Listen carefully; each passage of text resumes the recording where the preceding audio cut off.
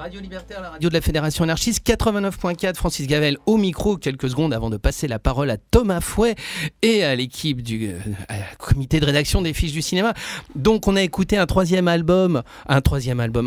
extrait de cet album magnifique, incontournable, qu'il faut absolument acquérir si vous ne l'avez pas encore fait, et ce soir ça vous permettra de le faire en le découvrant. Donc l'album des Strumbellas, qui s'intitule Hope, il est dans les bacs depuis le 26 août. Et là, on a écouté un autre morceau qui était extraordinaire. Voilà, j'ai rien d'autre à dire. Thomas, bonsoir. Bonsoir Francis. Vous écoutez toujours donc longtemps. Je me suis couché de bonne heure, mais pour une deuxième heure, à laquelle je l'annonce d'ores et déjà, notre ami Francis a été invité à participer. Merci. Et il a cordialement accepté, et nous le remercions. Parmi nous ce soir, une partie, la fine fleur, le fleuron, oserais-je dire, de la rédaction des Fiches du cinéma, que je m'empresse de vous présenter. Pierre-Simon Gutmann d'abord. Pierre-Simon, bonsoir. Bonsoir. Gilles Tourment. Bonsoir Gilles. Bonsoir Thomas. Alors, je sais que tu es le critique le plus bienveillant de la rédaction des Fiches du cinéma, mais je crois que ce soir tu vas montrer les dents. Et j'attends ça avec impatience. Si. Je les ai aiguisés. Et enfin, Nicolas Marcadet. Bonsoir. Bonsoir Nicolas, qui va avoir l'occasion de nous dire tout le bien, tout le mal, ou tout le ni bien ni mal qu'il pense du nouveau film de l'un de ses cinéastes de chevet, Bertrand Bonello. Toute l'équipe des Fiches est donc très heureuse de vous retrouver pour cette nouvelle saison. Francis nous offrant cette année encore l'hospitalité. Nous le remercions de sa confiance, à moins qu'il ne s'agisse d'une forme d'inconscience. Des déclarations de candidature de Nicolas Sarkozy et Emmanuel Macron, il ne sera pas question ce soir. Car il y a dans les salles de cinéma, mais j'y viens, de quoi se laver les yeux et revoir son rapport au monde, autant dire notamment de la politique, dans le meilleur sens du terme, mais pas seulement. Pour cette émission de rentrée, nous vous proposons donc, vous l'aurez compris, un tour de table des sorties du moment. Et on commence tout de go avec le nouveau film d'Alain Guiraudy, Restez vertical, que vous pouvez d'ores et déjà découvrir en salle. En quelques mots, c'est l'histoire de Léo, scénariste en panne d'inspiration, interprété par Damien Bonnard, qui débarque en Lozère, où il rencontre une jeune bergère dont il aura bientôt un enfant. Il fera également la connaissance d'un séduisant jeune homme, d'un vieil acariâtre fan de Pink Floyd et d'une étrange guérisseuse. Alors que signifie ce titre, Rester vertical? Est-ce une injonction poétique, politique ou charnelle, pour le dire élégamment? Ou bien est-ce tout cela à la fois? Est-ce une morale, un principe de survie? Nous vous laisserons en juger. Toujours est-il qu'Alain Guiraudy signe là un film moins évident, moins immédiatement accessible sans doute que le précédent, L'Inconnu du lac. Avec mon camarade Gaël Rère, nous avons eu la chance de le rencontrer. Il nous a confié que le film, justement, avait été conçu notamment en réaction à la rigueur classique de L'Inconnu du lac. J'ajoute que Rester vertical était cette année en compétition officielle au Festival de Cannes, une première pour son auteur, et qu'il est donc en salle depuis le 24 août. Messieurs, qui veut entamer les hostilités? Nicolas, peut-être? Oui, bon, pourquoi pas. Non, juste pour rebondir sur ce que tu dis, sur le fait que ça soit un peu un film en contradiction par rapport au précédent. J'ai l'impression que Guiraudy globalement cherche un peu le bon dosage dans son cinéma, et qu'effectivement là après le relatif classicisme de L'Inconnu du lac, qui tout en étant un film assez bizarre était un film super scénarisé, assez clairement balisé, fait un truc qui est quand même très décousu. À mon avis, trop. Même si je suis assez client de ce genre de choses. Moi, j'ai l'impression qu'il n'a pas encore trouvé le bon rapport entre sa veine un peu classique, qui pouvait être aussi dans Ce vieux rêve qui bouge, des trucs comme ça, qui étaient des récits encore assez simples, et des trucs complètement foutraques, comme... comment s'appelait son premier film? C'est une très bonne question, Pierre Simon. C'était pas de repos. Pas de repos pour les braves, voilà. Je savais que je m'adressais à la bonne personne. Absolument. Alors, qui plus est, il y a quand même une question dans ce genre de film qui est une proposition permanente, une recherche. Il y a aussi une question de goût.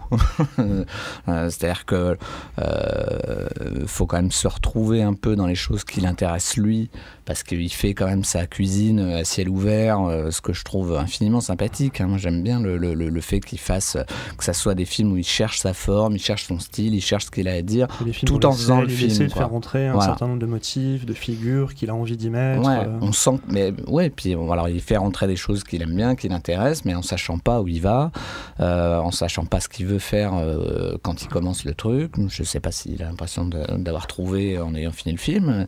Voilà, après, donc moi, il y a quand même pas mal de choses qui me touchent pas énormément dans l'univers de ce film-là. La question des paysans, du loup, de machin. Bon, j'ai du mal à être fasciné par tout ça. Ce qui fait que voilà, j'aime beaucoup le film tout en n'ayant pas un énorme plaisir à le voir, quoi. Alors voilà, pour moi c'est pas un grand film de plaisir, mais je sais que Gaël par exemple, s'il était là, nous aurait montré avec virulence que c'est un film de pur plaisir, et je l'aurais cru, hein, mais c'est une chose voilà. qu'on s'était dit, on revient encore une fois sempiternellement sur la question des sélections cannoises, qui cette année était quand même de haute tenue plutôt, mais on en revient toujours à cette question des films de belle manière, mais qui ne procurent pas forcément un plaisir de spectateur immédiat. Gilles, je crois que tu étais pour le moins pondéré sur le Guiraudy. Je sais que Francis et Pierre-Simon, vous l'avez vu tous les deux aussi. Je suis sur la même longueur d'onde que Nicolas. Moi, j'ai eu l'impression que c'était un peintre qui nous présentait sa palette et qui nous disait que c'était à nous de faire le film. Et c'est ça qui m'a gêné, parce que ça aille dans tous les sens, je trouve ça sympa, mais au moins, je veux avoir l'impression d'avoir une œuvre qui promet quelque chose. Je vais voir un tableau, que je m'échappe du tableau grâce à sa construction, je trouve ça formidable. Mais qu'on me dise, voilà, je mets une tâche ici, une tâche là, puis après, c'est à vous de faire l'ensemble. Moi, ça m'a gêné. Et ce qui est pire que ça, parce que après tout, pourquoi pas, ça peut être un choix artistique, c'est que j'ai trouvé qu'il avait la chair particulièrement triste.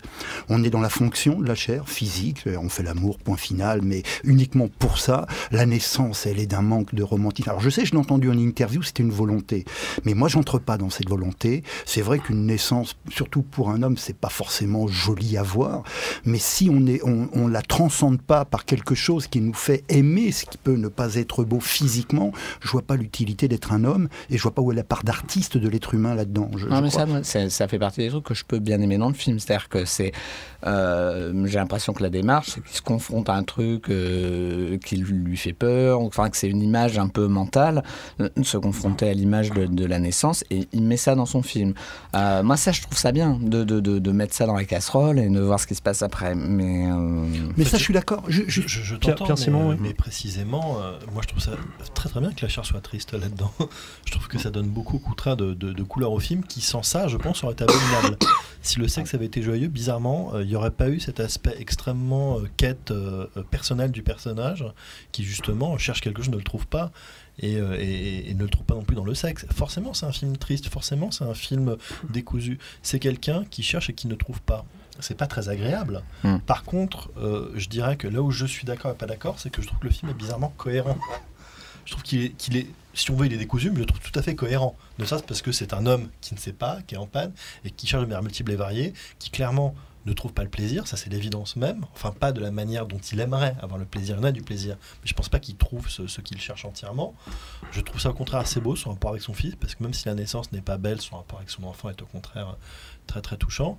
Et je trouve que le film, même dans ce côté complètement éclaté, moi me touche vraiment, c'est à nous de refaire le trajet du personnage, de s'identifier à lui, de remplir les cases, et d'épouser le point de vue d'un homme et d'un cinéaste qui, et je trouve ça assez touchant, fait son film en même temps que le personnage cherche à comprendre sa vie, ses valeurs, en même temps que le cinéaste cherche son style. C'est quand même un film assez intéressant à ce niveau-là. On a une parfaite...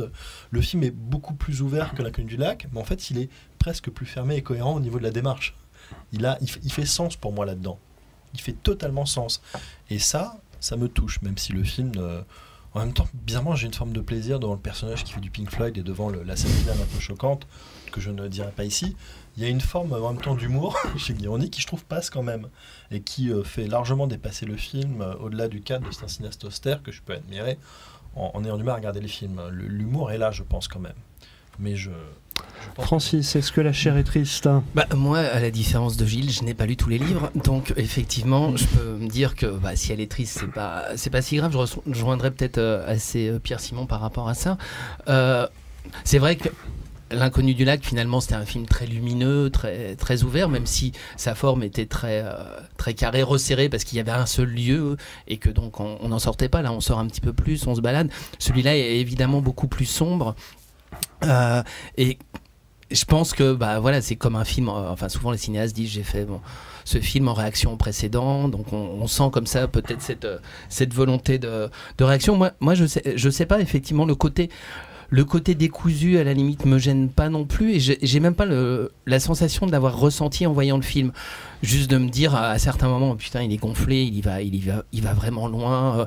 Là où finalement L'Inconnu du lac était feutré, et donc on pouvait tous se sentir sensibles à cette vision de l'homosexualité. Là, les choses sont quand même beaucoup plus tranchées. En plus, il choisit des physiques de comédiens qui sont pas forcément qui sont très singuliers, qui sont pas des jeunes premiers, alors qu'il y avait comme ça plus quelque chose d'Apollon dans les acteurs qui campaient les personnages de L'Inconnu du lac. Là, on est plutôt souvent sur des masses, ou alors au contraire en opposition, ce jeune homme qui paraît presque frêle, ce jeune homme qui fait fantasmer dès le début le personnage principal du film, mais qui en même temps a comme ça quelque chose de pratiquement d'un Terence Stamp dans Théorème de Pasolini, un ange noir, mais qui l'est. Mais tu peux le dire au micro. Gilles qui s'agite. Mais bien sûr, oui, vas-y, dis-le. Je trouve qu'il y a dans Théorème une élévation, une beauté quasiment christique qu'il n'y a pas ici. Je pense pas qu'il la cherche. Je suis d'accord, mais c'est pas Théorème. Le seul. Moi, c'est pour te parler du personnage. Il la cherche, cette beauté. C'est pour ça que ça me gêne pas comme toi. C'est que c'est pas le thème ou l'envie ou la volonté. Pardon, non, mais y a pas... Et moi, je te parle du personnage, je te parle pas du film. Je te parle de ce personnage comme ça, sur lequel tout le monde va venir projeter quelque chose, et que ce soit le vieux fan de Pink Floyd, dont on sait jamais en fait quelle est sa relation avec ce jeune garçon, si effectivement il y a une relation homosexuelle ou pas entre eux, s'il y a un lien de famille ou pas, qui à la fois passe son temps à l'insulter, à le déconsidérer, et semble en manque total quand il est pas là. Moi, je pense en même temps il y a quelque chose qui est absolument fabuleux dans le film. Alors peut-être que moi je suis très sensible à ça, je sais pas. C'est que c'est un film sur le manque affectif, quoi. Et que tous les personnages sont en manque affectif, et là où ils arrivaient, là où le sexe finalement comblait peut-être plus facilement les choses dans L'Inconnu du lac, là avant d'en arriver à ce que le sexe nous comble, c'est difficile. Il y a des chemins à faire qui sont forcément tortueux, et heureusement le film comme ça par moments a quelques échappées, alors un petit peu peut-être incohérentes, mais presque fantastique, avec cette espèce d'île dans laquelle vit Laure Calamy, qui est une espèce de thérapeute, chez laquelle finalement tout ce qui va être le matériel médical est assez végétal. Moi, j'avais presque pensé qu'on était dans l'existence de Cronenberg, où on était dans une espèce de chose organique. Il y a quelque chose qui fonctionne très bien là-dessus, je me permets d'intervenir, mais on sent pas vraiment les coutures entre ce qui relève de la chronique du déclassement social, entre ce qui est ancré dans le réel, et puis les embarder un petit peu plus fantastique, onirique. Je trouve que ça fonctionne très bien, justement. Donc voilà, moi j'ai l'impression, là, en vous en parlant, parce que j'avais pas réfléchi avant, quoi, que finalement le film il brasse plein de choses différentes, et que finalement j'ai envie d'aller piocher et là, et que c'est peut-être ce qui finit par faire l'intérêt de ce film. Et après je peux défendre à contrario un film complètement linéaire, cadré, et rigoureux, tu vois, mais que finalement la Guiraudy il casse toute la rigueur qu'il a acquis dans le film précédent, qui l'a fait finalement monter en termes de valeur ajoutée dans le milieu professionnel. On passe d'un certain regard à l'officiel, et que là du coup finalement, en montant dans la socio-professionnellement, il éclate son système, quoi, ce qui est peut-être pas inintéressant non plus, quoi. Alors, on vous invite... Oui, Pierre Simon, je t'en prie. Bizarrement, ce film est un film rock. Ce qui n'est pas le cas d'un film qui veut être rock et qui ne l'est pas tant que ça. Je fais peut-être... c'est beau cette petite invitation à la transition qui parce vient. que ça me rappelle une critique du grand Lester Bangs, paix à son âme, qui parlait de Bruce Springsteen, qu'étrangement il appréciait. C'est les disques, comme quoi on sait jamais. Il disait ce qui est beau chez les Springsteen, c'est qu'il balance des trucs, c'est des arrangements, des trucs. On peut les prendre ou les laisser s'éclater contre le mur, c'est leur place de toute façon. Il y avait une sorte de... c'est peut-être plus ou moins cette phrase. Mais parce que certains ont une telle dans leur musique, un tel ego qu'il n'y a pas cette possibilité de laisser tomber les choses. Et Springsteen, ça marche parce qu'il nous donne cette possibilité-là. C'est un film assez rock, resté vertical. Moi, j'ai la même sensation que Francis. Il y a une quête du personnage, on prend ce qu'on prend. Le reste, on peut le laisser. J'ai l'impression que ça gêne ni le cinéaste, ni nous. Alors, on vous invite à aller piocher par vous-même, à prendre et à laisser. Francis, tu veux dire un dernier mot ? Oui, ça sera vraiment le dernier, je m'en excuse. Mais je trouve que dans le film, là, et pour une fois peut-être chez Guiraudy, il y a des personnages féminins qui n'avaient pas ça depuis ses moyens métrages. C'est pas faux, oui. Et c'est donc en salle depuis le 24 août. Et sans transition, ou plutôt Pierre Simon m'a finement donné la transition. Nous en venons à Nocturama, un des autres gros morceaux de cette soirée. Nocturama, c'est le nouveau film de Bertrand Bonello, l'auteur notamment de la guerre de l'Apollonide ou encore de Saint-Laurent, avec notamment Finnegan Oldfield et Vincent Rottier, et toute une troupe de jeunes révélations. C'est en salle depuis le 31 août. En quelques mots, une poignée de jeunes gens préparent et exécutent en plein cœur de Paris une vague d'attentats simultanés avant de se retrancher la nuit venue dans un grand magasin, je n'en dirai pas plus.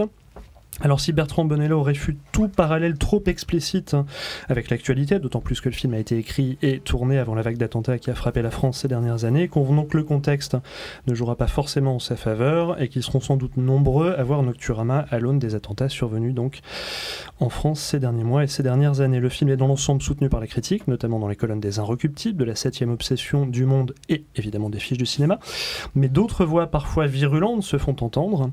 Un exemple parmi d'autres, pendant que les jeunes de Bonello passaient leur nuit couchés entre les codes-barres, d'autres l'occupaient debout à République. Assène ainsi sans rire Gaspard Nectou en conclusion de sa critique dans le numéro de septembre des Cahiers du cinéma. Un autre pour la route, que Bonello touche au bordel de la belle époque à la carrière d'un couturier, ce n'est pas grave, des couturiers, pardon. Mais il y a des sujets qu'il ferait mieux de laisser aux grandes personnes, estime quant à lui l'impayable Éric Neuf dans Le Figaro. On a même vu passer sur les réseaux sociaux, mais je ne dénoncerai personne, des commentaires fustigeant l'immoralité du regard de Bonello et en appelant au fameux travelling de Capot, qui est un peu le point Godwin de la critique de cinéma. Alors messieurs, que vous inspire cet axe plutôt étonnant qui se dessine notamment entre Le Figaro et les Cahiers du cinéma, les deux revues usant de la même formule, fustigeant le supposé vide politique du film? Que vous inspire cette virulence à son égard et surtout, c'est là l'essentiel, que vous inspire le film lui-même? Je peux dire que n'étant pas un grand admirateur du film, je le réévalue parce que s'il arrive à unir les Figaro et les Cahiers contre lui... La même formule, hein, une sorte de même formule, de... je suis peut-être passé à côté de quelque chose, j'avoue, je pense qu'il faut... oui, bah, du coup, je vais... Puisque tu as pris la parole. Donc moi aussi j'apprécie le cinéma de Bonello, comme certains à cette table. Et le personnage, qui est un musicien, mais pour moi c'est pas anecdotique, un très bon musicien à la base.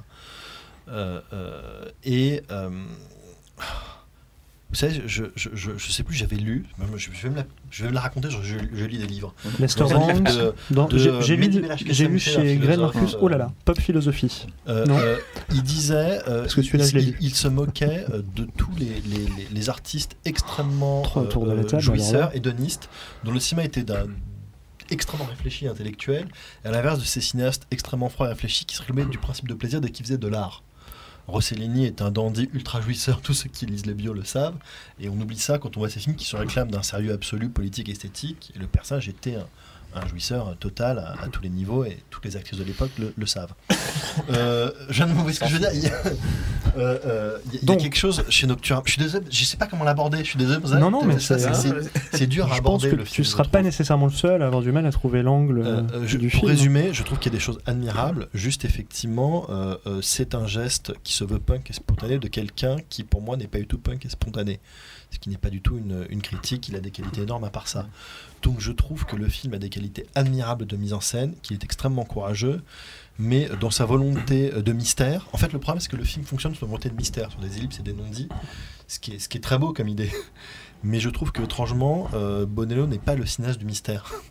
Ces films qui me touchent le plus sont des films qui sont... Même s'il y a des ellipses, c'est pas ce qu'il y a de touchant dans son cinéma, c'est ça que je veux dire. C'est pas ce qui m'intéresse, même quand il y en a.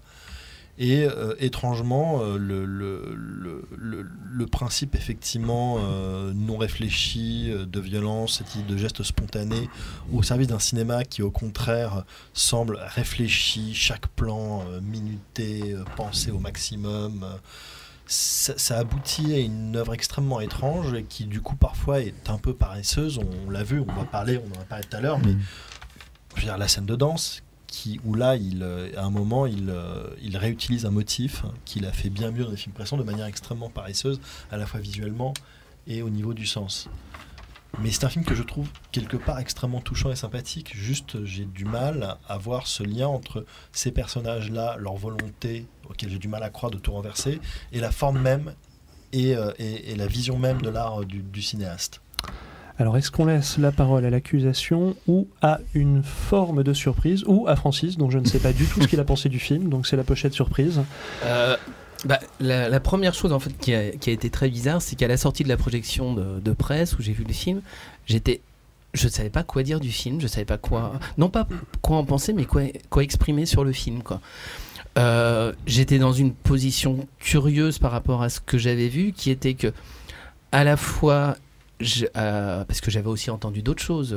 Il y a eu des heurts chez Positif où des gens n'étaient pas du même point de vue par rapport au film.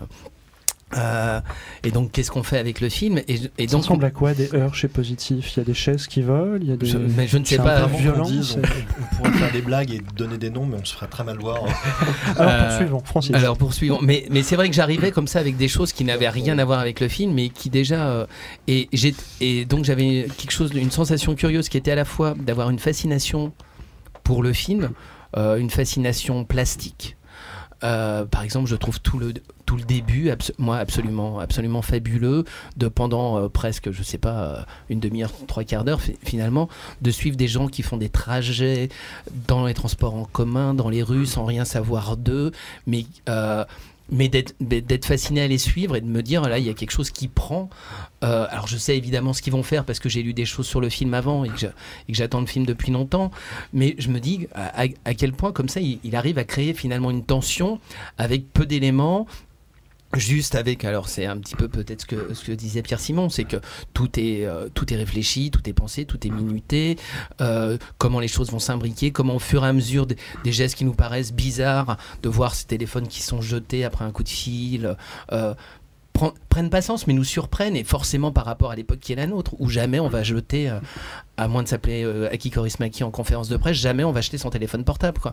Donc de se dire que c'est assez fascinant, et en même temps d'avoir cette espèce de pensée qui est peut-être par rapport à Bonello, qui à mon avis nie un peu trop, mais là c'est mon point de vue, alors je ne sais pas si c'est parce qu'on est radio libertaire, mais qui nie un peu trop le côté politique du film. J'ai ce sentiment-là aussi. Moi je pense que le côté politique, seul, je pense. Et je défends le film et j'aime le film. À la fois je suis complètement prêt à comprendre les critiques virulentes, et il y a un producteur que je connais bien qui sur Facebook a balancé un post en disant que finalement c'est un film complètement vide et creux, et tout ce qu'il dit je peux le partager, et en même temps je peux être intéressé par le film, mais je trouve que Bonello prend trop de distance par rapport à l'impact politique du film. Alors je veux bien qu'il ait envie qu'on parle de cinéma, et ça je peux comprendre. Par peur de l'actualité peut-être, par peur de l'actualité. Non, je pense que ça aurait été de toute façon comme ça.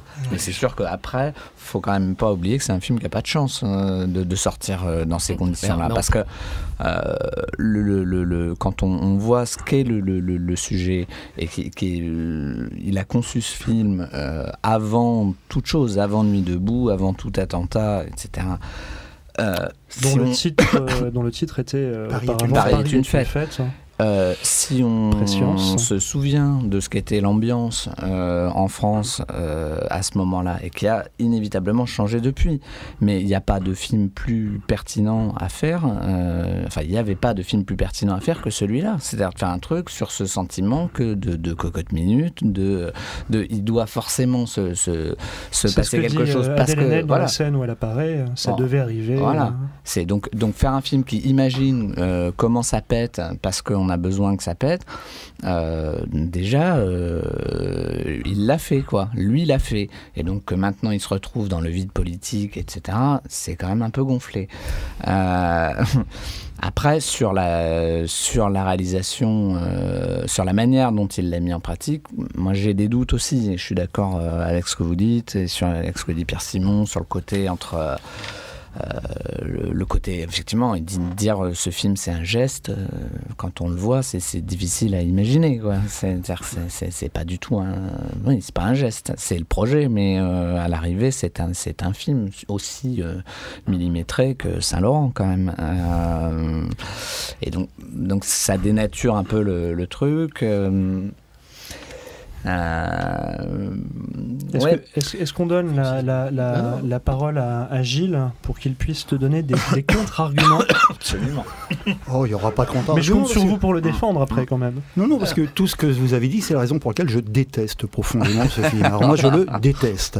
Je trouve que parce que d'abord, il est dans l'air du temps et je déteste notre époque. C'est-à-dire que c'est l'artiste doit capter l'air du temps, c'est une Racine. Ben, je crois pas. L'artiste doit remettre en cause l'air du temps pour qu'on s'interroge et qu'on le bouleverse. Moi, c'est ma théorie. Sinon, c'est pas de l'artiste, c'est pas un artiste, c'est un faiseur. Et Nietzsche disait, par exemple, de Wagner, a reproché à Wagner dans ses Inactuels de faire de sa musique un art pour hypnotiser au lieu de faire un art pour révolutionner. Et c'est ce que je reproche à ce film. C'est-à-dire que tout le monde parle du comment, mais moi le comment, j'en ai rien à foutre dans notre époque. Le comment, c'est la com.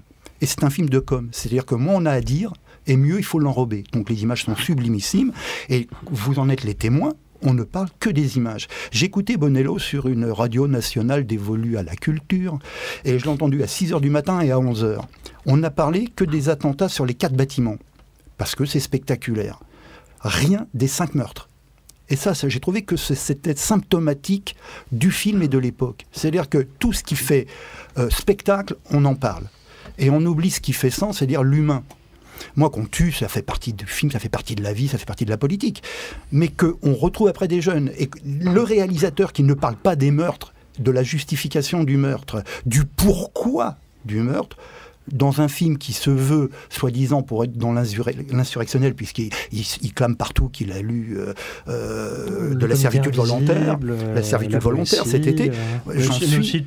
toute la littérature, on le suppose, contemporaine. Je suis sidéré. Et ce que j'ai trouvé, alors, en plus de ce vide abyssal de l'intérieur que tout le monde essaye de combler par son histoire personnelle, mais qui n'est pas dans le film, et il le dit, c'était hors champ, donc je n'ai pas en parlé pendant le film. Moi, je ne vois pas des jeunes de milieux différents qui ne s'affronteraient pas à un moment ou à un autre sur le fond.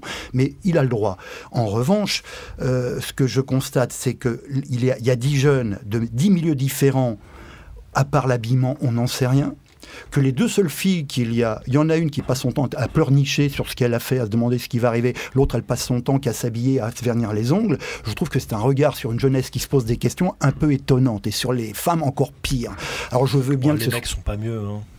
Oui, mais moi je prends les femmes exprès, parce qu'en plus, quand on a connu Nathalie Ménigon, Rosa Luxembourg, tous ces gens-là, toutes ces femmes-là, réduire la jeunesse en révolte à une qui pense qu'à s'habiller et l'autre à pleurnicher. Peut-être qu'elle se faisait les ongles aussi, Rosa Luxembourg. Elle se faisait les dons. Non, mais non, ça n'était pas d'une si grande profondeur intellectuelle que ça.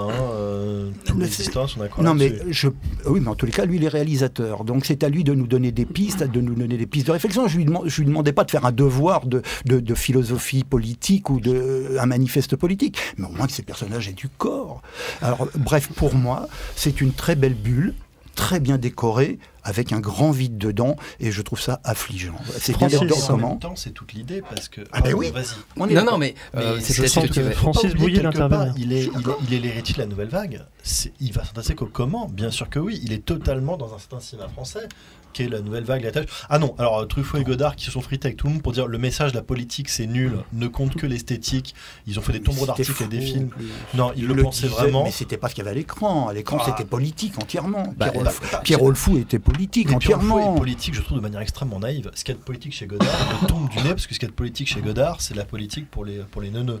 Donc, je pense que Godard, comme le Bonello. Cette fois, Francis. Exactement, mais Bonello assume l'ellipse. Et c'est pour ça que Bonello, je préfère, car il. Et puis nous passerons au film suivant, parce que notre programme est relativement chargé. C'est intéressant, mais en même temps, pour rebondir par rapport à ce que tu dis, Gilles, on va dire qu'il montre des personnages vides qui sont qu'en creux. Mais alors, si je veux défendre le film, peut-être que je pourrais finir par dire, mais peut-être que les personnages qui nous présentent sont finalement une caricature de ce qu'on est devenu, où nous sommes peut-être creux.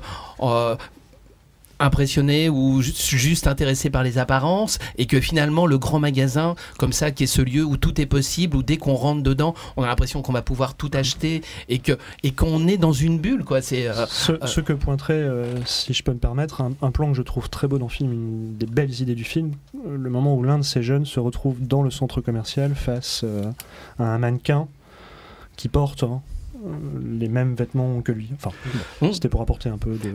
c'était bien un sûr peu sursignifiant dans le film, mais je trouve ça assez parlant. Mais peut-être que effectivement, du coup, il est comme ça dans le vide de l'époque, alors qui va sublimer par effectivement par la forme qu'il va lui donner. Enfin, pour moi, Bonello, ça a toujours été un cinéaste très rigoriste, j'ai presque envie de dire janséniste, et les seuls moments où ça prend un peu corps, c'est les scènes de danse. Donc là, dans celle-là, il essaie quelque chose de grandiloquent, de virtuose, qui peut-être effectivement est moins réussi que quand on voit Jérémy Régnier en plan fixe dans Le Pornographe danser sur Rita Mitsuko. C'est fort possible. Disons que là, peut-être d'un seul coup, il essaye une démesure corporelle. Moi, après, vraiment, le seul point qui me reste, et c'est plus par rapport à Bonello en dehors de son film, plus que dans le film. Moi, à la limite, le film, je peux le prendre. Il trouvait plein de choses. Je trouve qu'il y a des moments politiques. Alors, effectivement, ça va être un politique qui va plus être sur une insurrection qui vient que sur du terrorisme. Il y a quand même, effectivement, des morts dans le film, et tous ces morts sont liés au libéralisme. Que ce soit le patron de HSBC qui est exécuté par le personnage de Vincent Rottier, cet homme qui se retrouve au mauvais moment au mauvais endroit et qui est buté par un des jeunes, et à un moment il y a quand même une des deux filles, donc qui est la brune, qui dit mais on aurait dû s'en prendre au MEDEF. Et il y a des moments comme ça super politiques sur l'époque. Moi, ça m'a marqué profondément, parce qu'en plus c'est vraiment peut-être une des forces du film, et que Bonello assume peut-être pas. Gilles, oui, 30 secondes. 30 secondes. D'abord, elle ne dit pas uniquement le MEDEF, parce que ça c'était le cliché facile, c'est le MEDEF et Facebook. Je ne connais pas un jeune qui voudrait faire sauter Facebook, en plus c'est un réseau, donc je ne sais pas comment on ferait. Et je trouve ça extraordinaire. C'est compliqué d'un point de vue pratique de faire c'est pour ça. Facebook. Donc quand j'entends ça me fait rire. Et le MEDEF, c'est jouable. Et ce que je veux dire, c'est que pour moi, la jeunesse qui est en révolte, et je terminerai là-dessus, elle n'est pas vide, elle est complexe, ou dans la complexité. C'est-à-dire que d'un côté, elle va être contre la mondialisation, et de l'autre côté, changer de téléphone tous les 2 mois. C'est pas un film documenté sur la jeunesse. Non, mais c'est ce que je voulais dire. La jeunesse en révolte. Je pense que Francis il le dit à la radio. Hein. Oui, mais je crois qu'il parle plutôt de la jeunesse que de la jeunesse en révolte. Ah non, enfin c'est pas ce qu'il disait. Bien, messieurs, merci. Vous pouvez découvrir le film en salle depuis le 31 août. Vous irez vous faire votre propre idée donc. En attendant, je vous propose à présent qu'on se retrouve après une courte pause musicale pour évoquer la suite de l'actualité en salle. De retour sur Radio Libertaire, la radio de la Fédération anarchiste 89.4. Longtemps je me suis couché de bonne heure, te me fous au micro en compagnie toujours de l'équipe des Fiches du cinéma et de notre invité exceptionnel, Francis Gavel. À l'instant, nous écoutions Without Her de Harry Nilsson, qui figure sur la bande originale de Victoria, le nouveau film de Justine Triet, et nous y venons justement. Justine Triet avait signé en 2013 un premier film remarqué, La bataille de Solferino, changement significatif d'échelle dans les moyens de production pour la cinéaste, cette fois avec Victoria, budgétisé à 4 millions d'euros, contre 700 000 je crois pour le premier film, et dans lequel brillent notamment Virginie Efira, Vincent Lacoste et Melville Poupeau. Petit événement donc à l'échelle de ce qu'on pourrait appeler un peu confusément le jeune cinéma français, celui que nous avons ici même à cœur de défendre, celui d'Antonin Perret-Jadco, de Virgile Vernier, d'Émilie Brisavoine ou encore justement de Justine Triet. Alors autour de sa protagoniste, partagée entre errements sentimentaux et situations professionnelles improbables voire catastrophiques, et magnifiquement incarnée par Virginie Efira, le film, qui compose une forme de singulière comédie sentimentale à l'arrière-fond dépressif, pourrait aussi cette fois briguer les faveurs du grand public. En un mot commençant, Victoria nous donne-t-il des raisons d'espérer d'un cinéma grand public français ambitieux, messieurs? Je dirais juste que c'est pas une comédie à fond dépressif, c'est juste une comédie pour moi, c'est l'enfance du film. Partout c'était Woody Allen qui disait la dépression, l'horreur, la déprime, c'est tous les éléments d'une bonne comédie. C'est quelque chose que Justine Triet, je me permets de la citer, revendique elle-même, c'est-à-dire ce fond dépressif très présent que moi-même j'ai senti à certains moments. Je suis pas d'accord avec elle alors. Très bien. Non, mais je veux dire, c'est pas droit. une critique du film, c'est que même sur un fond dépressif, participe aux grandes traditions de la comédie américaine ou même en internationale, c'est que je veux France, dire. chez quelqu'un En comme France. Salvadori, enfin, c'est une tradition assez mais si on établie. compare à Tony Erdmann, qui est quand même vraiment Mais qui n'est pas franchement une comédie, dépressif, un peu une comédie. on s'est peut-être un peu emballé Ce sur n'est Tony pas du tout Erdmann. Oui, Tony Erdmann, je l'ai vu récemment. Effectivement, c'est pas le film le mot plus drôle de comédie, l'année. je dis pas, le film est formidable, mais. Bon, mais Victoria est une comédie, dont Pardon. acte. Non, vas-y. Je pense que c'est une vraie comédie, ce qui n'est pas du tout un défaut, mais une totale, même avec le côté dépressif. Écoutez, c'est quand même effectivement assez. Alors, c'est vrai que j'ai du mal à être critique envers ce film parce que c'est impressionnant quelque part, juste d'un point de vue, je dirais, technique et artistique. On a peu des films français avec un sens du rythme comme ça, des acteurs aussi charismatiques, quelque chose de crédible dans les rapports entre les gens, dans une forme légère. Les formes légères fonctionnent pas tellement avec une certaine conception du drame français, j'ai l'impression parfois. Ça fonctionne, il y a du sens, quelque chose marche. Alors, si voilà ce que je veux dire. La seule limite éventuelle, si j'en fais une, c'est que précisément, contrairement à un demi qui a supposé une forme extraordinaire de cinéma populaire français qui serait différent, je ne vois pas dans Victoria en quoi elle permet de redéfinir ce que serait un cinéma populaire français. Mais je trouve que c'est une excellente comédie, très intéressante, qui est très bien faite et qui peut remporter le grand public. C'est juste là où je suis pas d'accord avec toi. Tu vois ce que je veux dire ? Il y a eu des cinéastes qui ont tenté de se demander comment en France on peut faire des films populaires. Bien évidemment dans le contexte contemporain, dans le contexte relativement sinistré de la comédie française. C'est pour ça que c'est déprimant quelque part. Dans le contexte sinistré, ce film semble un chef-d'œuvre, alors que je pense que c'est juste une très bonne comédie, ce qui est beaucoup. Mais je me demande si en fait, dans un contexte moins sinistré, on ne prendra pas le film pour un bon film et non pas comme le Messie qu'il est. Comme aux États-Unis, des fois on prend une série B, je me souviens d'une connerie qui s'appelait Looper avec Bruce Willis, qui avait été considéré comme un chef-d'œuvre juste parce qu'il y avait un scénario, des personnages qui jouaient et un début d'intrigue. Alors tout le monde était dit c'est absolument génial. Il y a 20 ans, sortait une série B. Non mais Victoria, c'est mieux que ça, c'est bien. Mais juste, l'énorme succès critique du film, que je trouve mérité, néanmoins me fait réfléchir effectivement sur le contexte du cinéma français, qui a peut-être effectivement quelque chose d'un peu sinistré ou par rapport au cinéma populaire, moins que le cinéma d'auteur. Alors Nicolas a l'air d'acquiescer et Francis de son côté, je sens est un grand sentimental. Oui, non. Je sens qu'il a fondu devant Victoria. Mais je sais pas, je me suis. Où est Virginie ? À la fois, j'ai pris effectivement du plaisir au film. Alors en même temps, je remarque effectivement, on peut dire qu'il y a une évolution là, de Justine Triet. Si on prend Vilaine fille, mauvais garçon, qui était le moyen métrage qui l'a révélé, quoi. D'un seul coup, elle était partout, dans lequel pour la première fois. Donc elle travaillait avec Laetitia Doche et d'un seul coup on allait découvrir celle qui arrivait dans la bataille de Solferino. La bataille de Solferino, c'est un film quand même très anxiogène. Tout est dans... J'ai presque envie de dire dans une certaine hystérie, une démesure. Chez Justine Triet, j'ai l'impression que les appartements doivent toujours être en bordel absolu, qu'il y a du bruit partout pour que ça enfants, fonctionne. Les problèmes de babysitter, la télé qui hurle. Voilà, enfin, si on regarde les intérieurs, qu'il s'agisse de celui de Laetitia Doche dans la bataille de Solferino ou celui de Virginie Efira là, dans Justine, c'est... je me dis, oui, j'ai dit une connerie, Victoria. Je vais l'appeler Justine. Allez savoir pourquoi. Donc dans Victoria, puisque c'est Justine Triet, bien sûr. Peut-être que c'est très mal rangé chez Justine. Ouais, mais on a tendance à imaginer ça, quoi. Mais comme ça, il y a toujours un aspect fouillis. Et là, curieusement, alors on franchit un cran là aussi, c'est un peu comme Alain Guiraudy, mais d'une manière différente, socio-professionnellement, on franchit un cran. Et là, le fouillis, on le range un petit peu plus.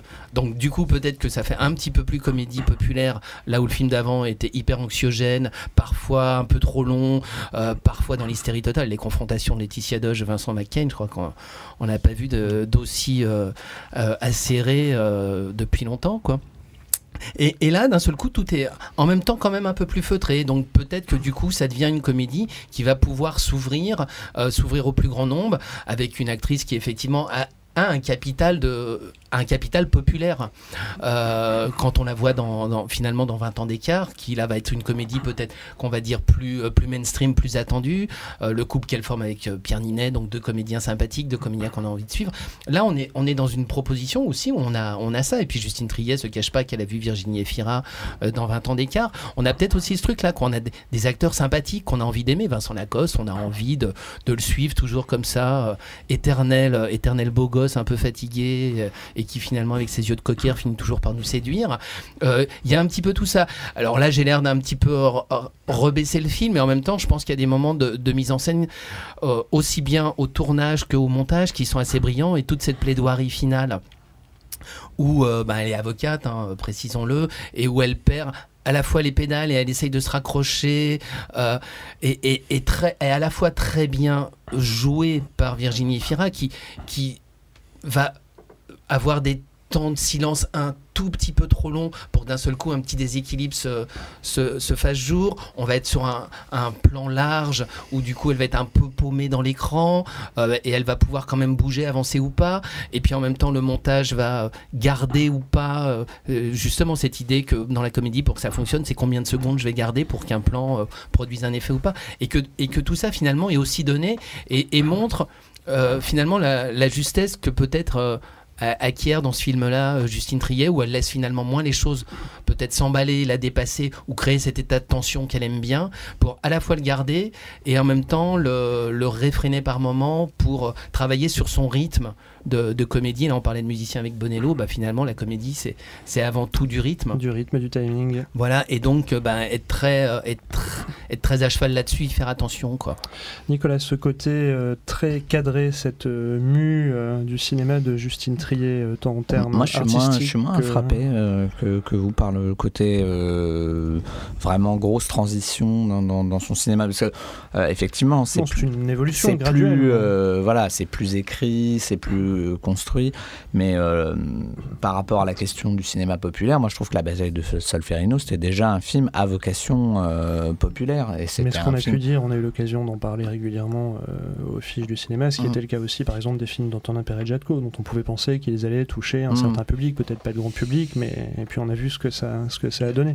Est-ce qu'il n'y a pas peut-être un petit ingrédient de plus, peut-être du côté du casting, peut-être ouais, qui est bien, mais du coup qui est pas c'est ce qui fait que le film peut être extrêmement sympathique, c'est qu'il n'y a pas de, je trouve qu'il n'y a rien de forcé dans le fait d'aller vers quelque chose de populaire. Moi, il me semble que c'était déjà intrinsèquement dans le précédent, qu'il y a une évolution naturelle, que en tout cas, les choses se font. Aucun procès en cinéma. Non, mais je veux dire par exemple par rapport ce qu'avait fait le tourneur, Sophie Le Tourneur, quand elle a fait le film avec Benjamin Biolay, Gabi Bidol. Là, il y avait une volonté clairement, je trouvais un peu plus forcée, un truc de on va passer un cap. Il faut y aller. Qui se passait quand même dans un cabanon un peu. Et voilà. Et du coup, il y avait un mouvement de repli parce que il y avait un truc. Blockbuster. Mais voilà. Mais justement, c'était quelque chose de sa part où elle n'était pas à l'aise dedans. C'est-à-dire que c'était très réactif. Au moment où elle faisait le film, où il y avait plus d'argent des comédiens, elle faisait son film le plus minimaliste, le plus austère, d'une certaine manière. Là, il y a une évolution assez tranquille. Et après, moi, je trouve le film en tout point agréable, charmant. Mais je suis un peu, comme Pierre Simon, un peu parasité par le discours critique qu'il y a autour. C'est-à-dire que c'est une très bonne comédie. Ce qui est déjà une excellente nouvelle, ma foi. Alors, sans transition toujours, je sens que Gilles trépigne. Non. Nous en venons à Mimosas, premier film du cinéaste français Oliver Latch, qui raconte l'épopée initiatique et spirituelle, si j'ai bien lu ton texte. Tu l'as bien lu. Dans le Atlas marocain, autour de la dépouille d'un cheikh. Le film était présenté cette année à Cannes, dans le cadre de la Semaine de la Critique, comme l'était Victoria d'ailleurs, et il est en salle depuis le 24 août. Donc je crois savoir, Gilles, que le film t'a enthousiasmé. Tu as d'ailleurs rencontré son auteur à l'occasion d'un entretien publié dans les fiches du cinéma. Est-ce que tu peux nous en dire un mot? Je crois que Nicolas, de l'auteur du film, l'a vu également. Oui, du film. Alors le film, c'est exactement tout ce que je disais sur le film de Guy Roddy tout à l'heure, c'est-à-dire que c'était une palette, on nous demandait à nous de faire de la peinture. Là, c'est l'inverse, c'est-à-dire qu'on a une peinture qui part dans tous les sens, puisque c'est du film à la fois de chevalerie, mystique, initiatique, road movies, un film de buddies, de copains.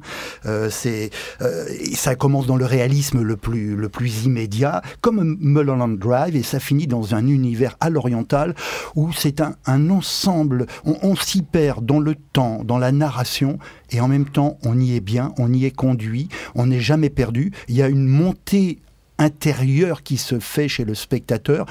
en partant bien du principe que c'est une vision à l'orientale. C'est-à-dire que si on veut rentrer dans le film, il faut oublier tout ce qui est de l'ordre de la raison, se laisser guider, se laisser porter, et c'est un voyage absolument extraordinaire. J'avoue que... Et qui en plus correspond à son auteur. C'est-à-dire que quand on interroge, quand on interviewe l'auteur, on lui pose une question, quand il a répondu, on ne sait plus la question qu'on lui a posée. Oui, mais entre-temps, on a fait un très beau voyage.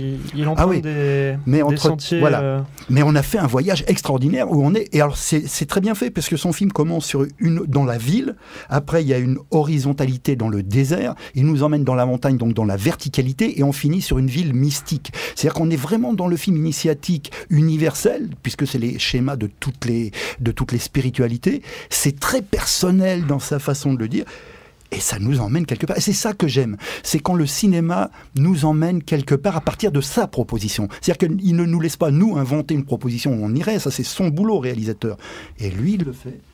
Et là, on peut partir où on veut. Alors, on peut ne pas aimer. On peut ne pas être en phase avec cette narration ou cette façon de faire. Moi, j'ai été transporté. Et merci. Nicolas, es-tu un mystique ? Non. Merci bien, je propose sans transition. Non, je t'en prie, Nicolas. Non. Donc, non, je vais être encore bof. Hein, je suis désolé, je reviendrai avec de l'enthousiasme le mois prochain. Parce que là, c'est pareil, je trouve ça bien et pas bien. C'est très très beau plastiquement. J'aime assez l'univers que ça propose, c'est-à-dire que ça s'étage sur deux niveaux de réalité qui sont à la fois effectivement dont le rapport est à la fois assez lisible et assez mystérieux. Enfin, c'est-à-dire qu'on voit bien les références, les passages de l'un à l'autre sans comprendre ce que ça veut dire. Après, c'est pas un film qui me hante. C'est pas un film auquel je repense beaucoup. C'est-à-dire que je suis pas très touché par justement son côté spirituel. Je trouve ça un peu décevant que finalement ça soit ça qu'il ait à dire à travers ça, que ça soit une espèce de délire mystique. Bon, je l'ai pas bien compris comme ça m'a pas hyper séduit. Que dire, voilà. Bon, écoutez, je crois qu'on est complet. En tout cas, Gilles Tourment, ici présent, vous recommande chaudement d'aller découvrir en salle depuis le 24 août Mimosas d'Oliver Latch. Et puis je vous propose à présent qu'on fasse une dernière courte pause musicale afin de finir notre petit tour des sorties en salle. On se retrouve juste après. De retour sur Radio Libertaire, la radio de la Fédération anarchiste 89.4. Longtemps je me suis coché de bonheur, Thomas Fouet micro, en compagnie toujours de l'équipe des Fiches du Cinéma et de Francis Gavel. Nous venons d'écouter Nocturama, la chanson, qui n'est pas tirée de l'album éponyme, pourtant de Nick Cave and the Bad Seeds, qui se trouve être un peu par hasard ce soir à la croisée de certains des films dont nous avons parlé, ou dont nous allons parler. D'abord pour avoir inspiré à Bertrand Bonello le titre de son film, que nous évoquions tout à l'heure. Ensuite parce que la sortie du nouvel album de Nick Cave and the Bad Seeds, Skeleton Tree, sera précédée jeudi prochain à 20h de la projection du film que lui a consacré Andrew Dominic, Once More with Feeling. Donc n'hésitez pas à vérifier si le film est distribué dans une salle près de chez vous, puisqu'il s'agira a priori d'une projection unique. Et puis enfin, parce que Nick Cave a composé avec son vieux complice Warren Ellis la bande originale de Comancheria, le nouveau film du très inégal David Mackenzie, auteur notamment de Perfect Sense et des Points contre les murs, et qui sera en salle ce mercredi 7 juin. 7 juin. Oui, absolument, 7 juin. Mais c'est comme ça, on prend un petit peu d'avance. Écoute, tu fais jamais de coquilles, peut-être. Bah non, toi tu te relis, t'es professionnel. Bon, bah voilà. Le 7 septembre, donc, naturellement. Alors, deux frères décident d'organiser une série de braquages visant les succursales d'une même banque, celle-là même auprès de laquelle ils sont endettés, et qui menace de saisir la propriété familiale. Dans les fiches du cinéma, Delphine Casus évoquait le subtil équilibre trouvé par le cinéaste entre western, road movie et chronique sociale. C'est avec Jeff Bridges, Chris Pine et Ben Foster, et c'est donc en salle mercredi prochain. Gilles, Pierre Simon, vous l'avez vu, qu'en pensez-vous ? Alors, quelque part, j'ai envers le film un rapport bizarre, dans le sens que j'ai du mal quand un maître chanteur aussi comme ce film, parce que Comancheria, c'est un film, si vous voulez, quelque part écrit en permanence comment vous pouvez ne pas m'aimer. C'est l'Amérique, c'est des cow-boys, c'est les grands espaces, c'est Nick Cave à la bande son. C'est un sujet parfait. Comment faire payer ces salopards de banquiers qui nous ont tous ruinés avec des gangsters romantiques.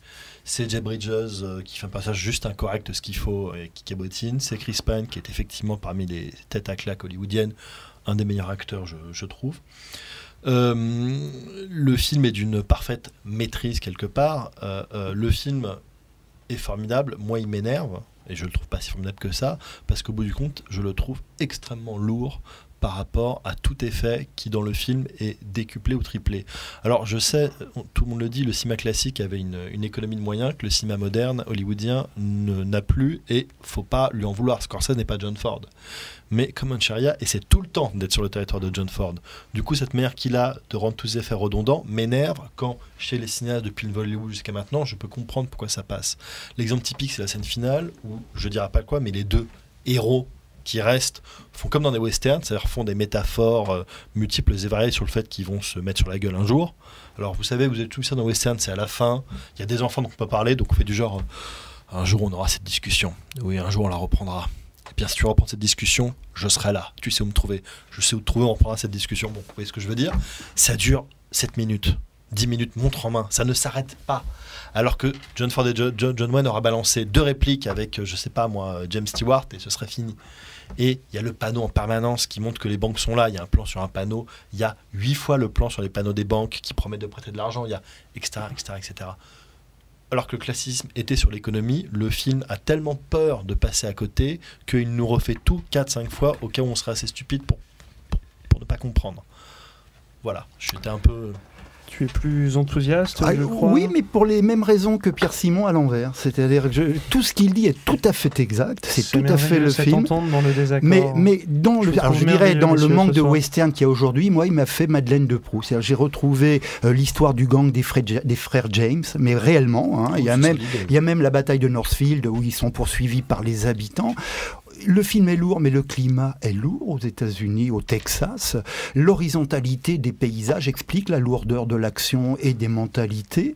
C'est même étonnant, d'ailleurs, il y a un truc qui est très drôle, à un moment, il parle de la religion, c'est juste un prédicateur qui parle plus à son chien qu'à sa femme. Ça m'a fait mourir de rire, cette réplique, parce que c'est tout à fait l'esprit du film. C'est un film qui réutilise très bien tous les codes du western modernisé. Il y a un rapport politique qui est très intéressant quand les cow-boys à un moment disent les problèmes qu'ils ont pour céder leur ferme à leurs enfants. J'ai trouvé que moi j'avais jamais entendu ça dans des westerns encore, même fût-il moderne. J'ai trouvé qu'il y avait un regard politique qui était très intéressant. C'est un film de distraction purement et simplement, qui est très appuyé, mais il est appuyé comme quelqu'un qui est un bon faiseur. Et j'ai pas boudé mon plaisir, je l'ai vu en plein été, c'est peut-être aussi pour ça, c'est un film qu'on voit avec plaisir l'été, on n'en garde pas un grand... Moi j'ai passé un moment formidable, même si c'est pas un film qu'on gardera en mémoire forcément longtemps, donc je suis complètement d'accord avec Pierre Simon, mais c'est ce qui fait que je l'ai aimé, c'est que j'ai pris comme un film de divertissement, lourd parce que le Texas c'est lourd, il y a qu'à voir Bush. Voilà. Très bien, ça me paraît une formule formidable. Il y a quelques années, Kevin Costner avait fait un film qui s'appelait Open Range, qui était peut-être le meilleur western de ces 20 dernières années. De quoi parles-tu? Open Range. Open Range, un très beau film, certes. Ça, c'est du bon western moderne. Alors ce sera donc en salle, je le rappelle, non pas le 7 juin prochain, mais le 7 septembre prochain, soit mercredi dans quelques jours. Et sur ce, je remercie Francis encore une fois pour son hospitalité et je lui rends l'antenne. Merci à vous 4 pour nous avoir offert ce petit panorama de rentrée avec des choses très différentes. On va maintenant effectivement conclure l'émission. On va la conclure donc en écoutant un dernier extrait de cet album des Strumbellas, qui est effectivement un album donc magnifique avec cette énergie rock qu'il propose. Alors on va écouter justement pour finir l'émission, on va écouter plutôt une ballade piano-voix qui s'appelle A Still Make Her Cry. Donc on a tout de suite compris de quoi il s'agissait, et oui, je la fais cependant toujours pleurer. Voilà, c'est quand même un album qui vaut énormément la peine. Moi, je pense que c'est un album du moment, et puis ça sera peut-être de mon côté un des albums de l'année. Voilà. Donc vous étiez sur l'émission de reprise de Longtemps je me suis couché de bonne heure, qui, je le rappelle, entame sa 19e saison. C'est une émission qui a été proposée par Francis Gavel, qui a été présentée par Francis Gavel et Thomas Fouet, réalisée par Erwan Charton. Vous êtes sur l'antenne de Radio Libertaire, la radio de la Fédération anarchiste 89.4. On vous souhaite une très très belle nuit à l'écoute de notre station. Et comme je le rappelle, l'album des Strumbellas s'appelle Hope, donc espoir en français. On espère, à la différence du vide de Bonello, beaucoup d'espoir à la société française. Bonne soirée. Bonne soirée. Bonne soirée.